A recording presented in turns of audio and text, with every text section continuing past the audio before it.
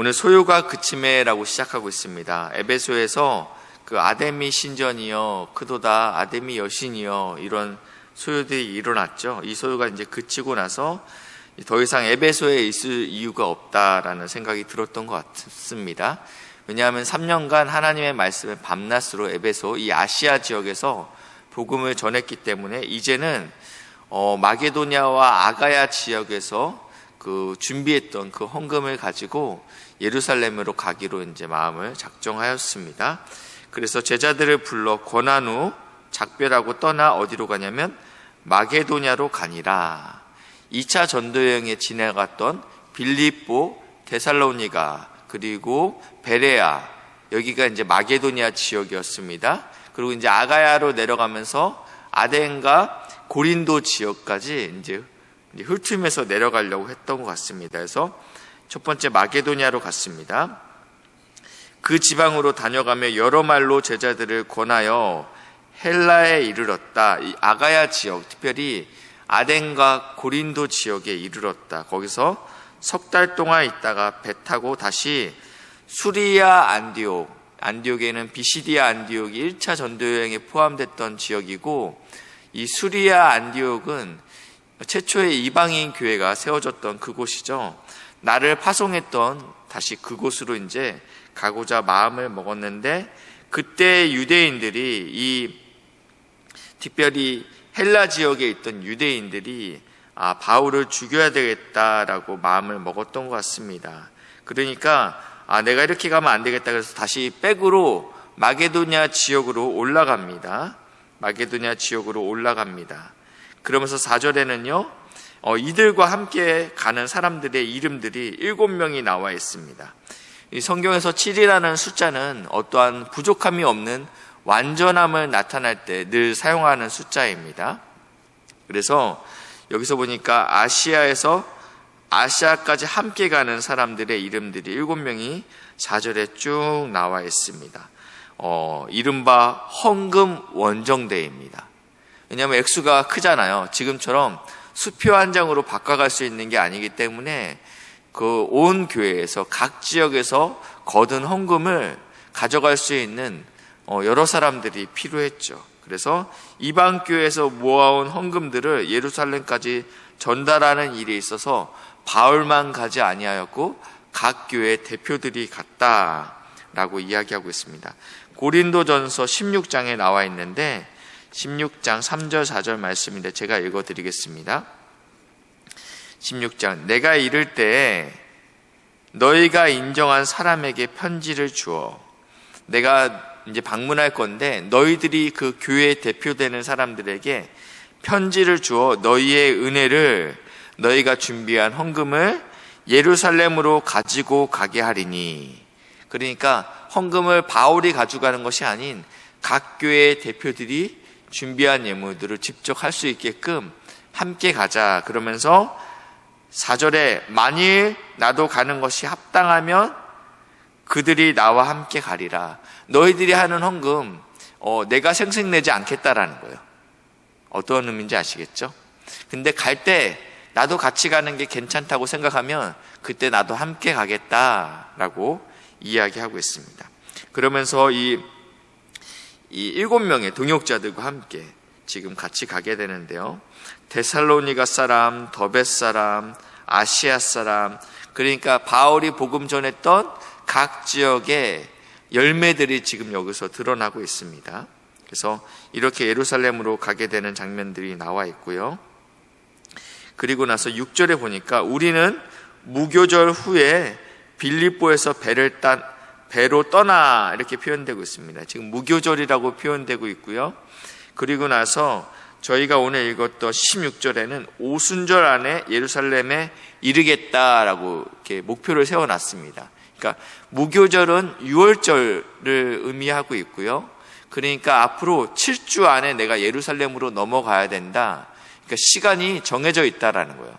원래는 6월절에 예루살렘에 가면 좋지만 가장 사람이 많이 모이는 날이잖아요. 그날 가면 그 디아스포라 유대인들이 예루살렘에 모이는 그 시간대이기 때문에 내가 적어도 오순절 안에는 예루살렘에 반드시 방문해야 되겠다 이러한 마음을 가졌기 때문에 지금 6절은 바울이 예루살렘에 도착하기 7주 전입니다. 7주 전입니다. 그러면서 이제 이들이 드로아에서 7절 보실까요? 그 주간의 첫날에 저희가 달력을 한번 보시면 월요일부터 시작하지 않습니다. 여러분이 가지고 있는 달력은요. 주일부터 시작합니다. 일요일, 월요일. 그래서 그 주말은 토요일을 의미하고 있습니다. 그러니까 한 주의 첫날은 주일이죠. 그래서 여기 보니까 그 주간의 첫날이라고 정확히 표시하고 있는데 초대교회가 주일을 섬겼다. 그러니까 유대인들은 안식일을 지켰죠. 안식일은 금요일 해질 무렵부터 토요일 해질 때까지. 그러니까 토요일이라고 생각하고 있습니다. 유대인들에게는요. 그래서 안식교는요, 토요일을 지키죠. 근데 저희들은 주님께서 안식 후 첫날 부활하셨다. 그래서 이 예수 그리스도의 부활을 기념하기 때문에 주일을 지키는데 그 초대교회가 주일을 지켰다라는 표식이 첫 번째 등장한 것이 오늘 사도행전 20장에 나와 있다라는 것입니다. 그 주간의 첫날에 우리가 떡을 떼려 하여 성만찬을 했다라고 표현하고 있는데요. 고린도전서 16장 2절 말씀에도요 표현되고 있습니다. 제가 읽어드릴게요.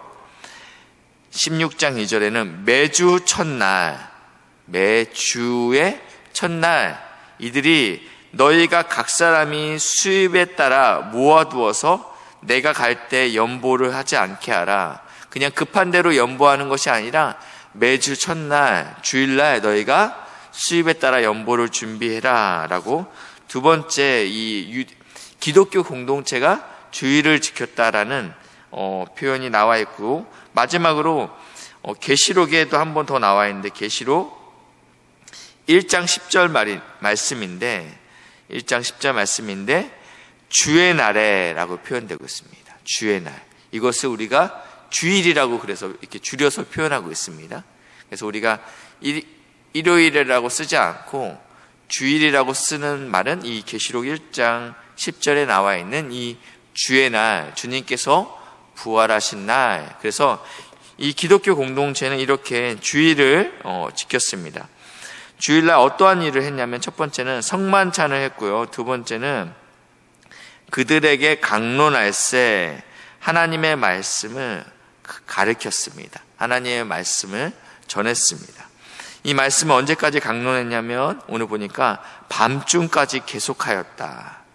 그러니까 이제 바울은 지금 성령의 이끌림을 받아서 예루살렘으로 가고 있습니다. 그리고 예루살렘에 갔다가 하나님께서 허락하시면 로마와 땅끝까지 내가 주의 복음을 들고 갈 것인데 지금 이 예루살렘으로 가는 길 가운데 하나님께서 어려움이 있을 거다라고 성령을 통해서 그리고 동역자들을 통해서 선지자를 통해서 계속적으로 말씀하고 있어요.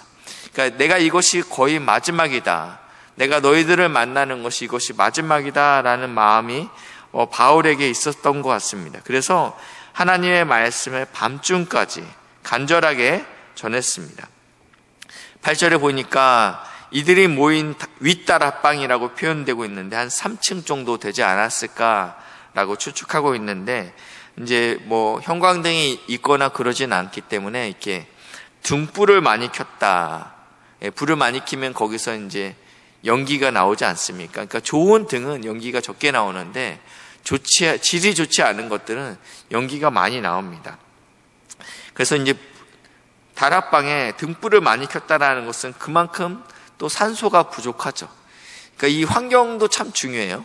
그래서 저희가 오후 예배 때는 굉장히 많이 졸려요. 왜냐하면 식사를 했기 때문에 그리고 피곤하기 때문에 여러 가지. 그래서 이제 우리가 어쩔 수 없이 또 이제 졸게 되기도 하는데 아마 이 유두고라는 청년은 주석가들은 종의 이름이었다라고 이야기합니다.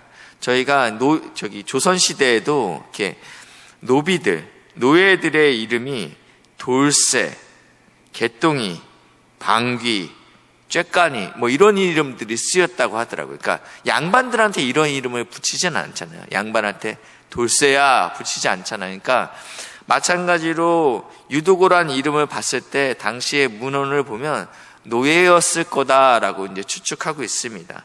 그러니까 하루 종일 바쁘게 주인의 말을 따라서 수고하고 애쓰고 지금 바울 선생님이 마지막 우리에게 전할 말씀이 있다. 그래서 이 말씀을 듣기 위해서 그 자리에 참석했습니다. 아마 다락방에 사람이 굉장히 많이 모였던 것 같아서, 그리고 본인이 앉아야 될 자리를 찾다가 결국은 이 창틀에 겨우 앉았던 것 같아요. 앉아서 주의 말씀을 듣고 있는데 피곤함이 계속적으로 몰려오기 때문에 그가 졸다가 이렇게 떨어지게 됩니다. 성경에 보니까 그가 죽었더라라고 표현하고 있습니다. 근데 이제 보니까 다시 또 살아나죠. 이 사건을 보고 자유주의 신학자들은 아마 기절했을 것이다, 아니면 죽지는 않았을 것인데 죽었다라고 표현했을 것이다 라고 추측하는데, 이 사도행전을 기록한 사람은 누가입니다. 누가의 직업은 의사입니다. 누구보다도 객관적이고 이 죽음에 대해서 명확히 알 수 있는 사람이 지금 죽었다라고 기록하고 있습니다. 그렇지만 어떻게 됐습니까? 죽었다가 살아나는 놀라운 역사가 일어나죠. 이 사건을 보고 그곳에 함께 있던 많은 사람들이 위로를 받았다라고 표현하고 있습니다. 사실은 우리가 유도고와 같은 청년이지 않습니까? 원래는 진리에 대해서 우리가 죽었던 자입니다. 하나님에 대해서 죽었던 자들이 지금 주의 진리의 말씀을 듣고 다시 살아난 자가 됐다라고 이야기하고 있어요. 그러니까 세상이 우리를 볼 때마다 우리를 통해서 위로가 되어야 된다는 거예요. 저 사람 참 소망이 없었던 자인데 뭔가 달라졌네. 교회를 다니더니 말씀을 듣더니 사람이 변했네. 그러니까 우리를 통해서 사람들이 소망을 느껴야 된다는 것입니다. 그리고 나서 13절만 보시겠습니다. 우리가 앞서 배를 타고 아소에서 바울을 태우려고 그리로 가니, 이제 함께 했던 이 헌금의 원정대들이 지금 이제 기한이 정해졌잖아. 예루살렘까지 내가 가야 될 시간이 촉박합니다. 그런데 바울이 이때 나는 걸어서 가겠다. 어느 일정 분량입니다. 30km 되는 데까지는 걸어서 가겠다라고 표현하고 있어요. 배 타고 가면 그냥 배에 앉아만 있어도 알아서 가게 되는데 바울은 혼자 굳이 나는 걸어가겠다라고 이야기합니다. 여기에 대해서 많은 이야기를 하는데 재밌는 해석을 하시는 목사님을 봤는데 예수님도 오병이어 사건이 일으키고 나서 홀로 있었습니다. 막 사람들이 옆에서 당신이 우리 유대인의 왕이십니다. 우리를 먹여 살릴 분이시군요. 많은 사람들이 추앙하고 있을 때, 많은 사람들이 주목하고 있을 때 그때 홀로 산에 들어가서 기도하셨죠. 마찬가지로 이 사도 바울이 지금 죽었던 사람을 살리는 놀라운 일들을 보였지 않습니까? 마음이 교만할 수 있다라는 거예요. 마음이 으쓱할 수 있다라는 거예요. 그때 이 바울에게 반드시 필요했던 시간이 있었는데 하나님과 독대하는 시간이 필요하다라는 거예요. 저는 바울과 같은 능력도 있는 사람도 아니고 사실은 늘 부족하죠. 늘 연약하고. 어저께 제가 수요예배 설교를 했는데 굉장히 아파 보였대요. 저는 어저께 하나도 안 아팠습니다. 걱정하지 마십시오. 저는 어저께 사실은 컨디션이 굉장히 좋았는데 굉장히 다운됐다고 해서 저는 이해가 잘 되지가 않은 거예요. 나는 굉장히 컨디션이 좋았는데 왜 내가 아파 보였다고 하지? 그래서 걱정이 되더라고요. 걱정하지 않으셔야 돼. 걱정하지 않으셔도 됩니다. 저는 연약해서요. 설교 한 번만 잘하면요. 어깨에 뽕이 이렇게 막 들어가는데 저희 아내가 하는 말이 당신 어깨에 뽕 들어갔어. 빨리 뽕 빼. 근데 이 뽕 빼는 게 쉽지가 않아요, 사람이요. 아무것도 아닌 제가 그러잖아요. 아무것도 아닌 제가 그러잖아요. 근데 사람은 누구나 잘 나갈 때는 하나님과 독대하는 시간이 반드시 필요하다는 것입니다. 바울이 잘 나가서 어깨에 뽕이 들어갔다는 의미는 아니고요. 그럼에도 불구하고 바울도 하나님 앞에서 겸손하게 하나님과 독대하는 시간이 필요했다라는 것입니다. 아마 오늘 새벽이 우리에게는 그런 시간이라고 믿습니다.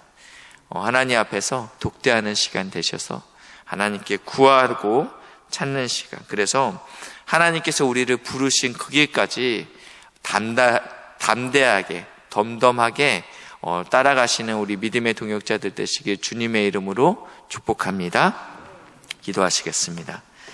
좋으신 하나님 감사합니다.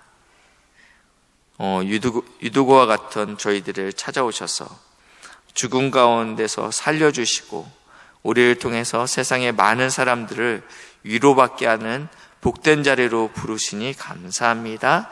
하나님, 특별히 이 시간이 우리가 주님 앞에 독대하는 복된 시간 될 수 있도록 은혜를 부어 주시옵소서.